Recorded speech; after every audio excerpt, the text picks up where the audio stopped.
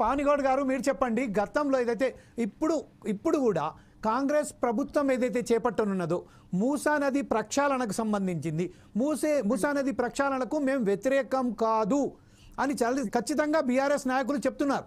అది హరీష్ రావు గారు కావచ్చు అండి, లేకపోతే మన కేటీఆర్ గారు వచ్చండి, చాలా ప్రక్షాళనకు మాత్రం వ్యతిరేకం కాదు అని చెప్తున్నారు. కాదు అని చెప్తున్న సమయంలోనే మరొకసారి ఏంటంటున్నారంటే లేదు భూమి నిర్వాసితులకు సరైన పద్ధతులు. కాకపోతే ఏంటంటే దీంట్లో వద్దు అని చెప్పినాక మళ్ళీ ఇప్పుడు వేలాది మంది అక్కడ నిర్వాసితులు అవుతున్నారు, అక్కడ డిస్ప్లేస్ అవుతున్నారు. వాళ్ళు ఎప్పుడు ఆందోళన చేపడుతున్నారో తక్షణమే కేటీఆర్ మళ్ళీ ఒకసారి తన వాయిస్ మార్చుకొని లేదు వాళ్ళకు అక్కడనే ఉండనియండి అని చెప్తున్నారు. అదే సమయంలో బీజేపీ కూడా ఇప్పుడు పనిందర్ గారు మీరు కూడా అయినండి, దీనికి సంబంధించిన బీజేపీ ఏమన్నది గతంలో డైరెక్ట్ మేము ప్రక్షాళనకు మేము సిద్ధమే అని చెప్పారు. ఎప్పుడైతే అక్కడ అంబర్పేటకు సంబంధించిన కాన్స్టిట్యూన్సీకి సంబంధించింది ఎప్పుడైతే కిషన్ రెడ్డి గారి మీద వచ్చిందో, కిషన్ రెడ్డి గారు పోయి అక్కడ గొల్లా కథ వద్ద తనకు ఒక రాత్రిపూట ఒకసారి నిద్ర చేసేసి వారిని సంజాయించుకోనికి తన ఓటర్స్ ఎవరైతే ఎన్నో కిషన్ రెడ్డికి సంబంధించిన అక్కడ బెల్ట్ మొత్తం కిషన్ రెడ్డిది అది ఖచ్చితంగా అంబర్పేట ప్రాంతంలో.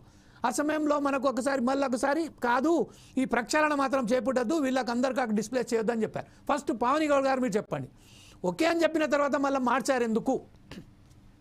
మేము మార్చలేదండి, మేము ఒకటే స్టాండ్ మీద ఉన్నాము. డబుల్ స్టాండర్డ్ రాజకీయాలు మాకు రావు, మా బీఆర్ఎస్ పార్టీ వాళ్ళకి రావు. రేవంత్ రెడ్డి లాగా డబుల్ స్టాండర్డ్ రాజకీయాలు చేస్తున్నది రేవంత్ రెడ్డి, ద్వంద్వ వైఖరితోటి ప్రవర్తిస్తున్నది రేవంత్ రెడ్డి ఏదైతే చేస్తున్నాడో ఫస్ట్ నుండి మొదటి నుంచి డబుల్ స్టాండర్డ్ రాజకీయాలను నడిపిస్తున్నాడు.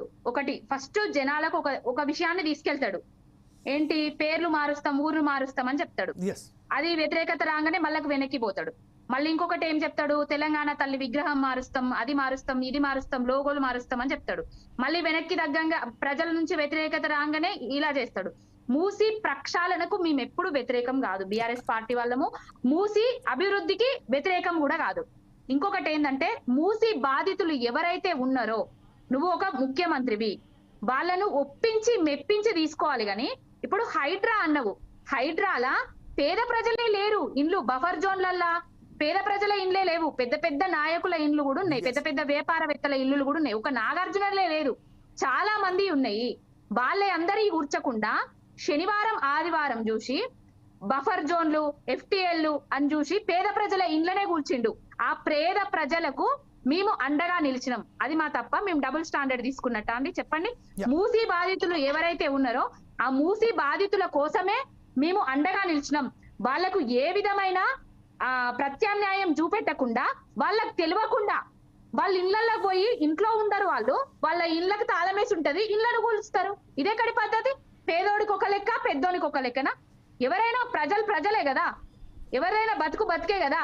డబుల్ స్టాండర్డ్ రాజకీయాలు చేస్తున్నది కాంగ్రెస్ ప్రభుత్వము. 50,000 కోట్లు అన్నారు, 150,000 కోట్లకు తీసుకొచ్చిండ్రు ఆ మూసీ ప్రక్షాళనను, మూసీ అభివృద్ధిని. మరి ఎవరి జేబుల కోసం ఇవంతా చేస్తున్నారండి? దానికోసం కదా మేము పోరాటం చేస్తున్నది. ఇదే సమయంలో ఇంకొక విషయము కాళేశ్వరము కుంగింది కూలింది వంగింది అని చెప్పిండ్రు. కాళేశ్వరం నీళ్లను 5 టీఎంసీల నీళ్లను తీసుకొచ్చి మూసీగా పోస్తామని చెప్పింది కూడా ఈ రేవంత్ రెడ్డి. మరి అది నిజమా, ఇది నిజమా? హైదరాబాద్ కు మల్లన్న సాగర్ నుంచి రంగనాయక సాగర్ నుంచి 20 టీఎంసీల నీళ్లను తాగునీటి కోసము వాడుకుంటాము హైదరాబాద్ ప్రజల కోసం అని చెప్పిండ్రు. మరి కాళేశ్వరమే కుంగింది కూలింది కదా, కాళేశ్వరంలో నీళ్లే లేవు కదా, మరి మల్లన్న సాగర్ కు నీళ్ళు ఎట్లా వచ్చినాయి? ఆ నీళ్లను తీసుకుపోయి హైదరాబాద్ లో జనాలకు ఎట్లా ఇస్తాడు? మూసీ నీళ్ళకి ఎట్లా పోస్తాడు? అదే విషయంపై మనం నెక్స్ట్ ఇన్ ప్రాసెస్ లో అదే కూడా చర్చ జరుపుదాం. ఇప్పుడు మనకు సంబంధించి పనిందర్ గారు ఇప్పుడు ఏదైతే మనం చెప్పామో, ఇప్పుడు కిషన్ రెడ్డి గారికి సంబంధించి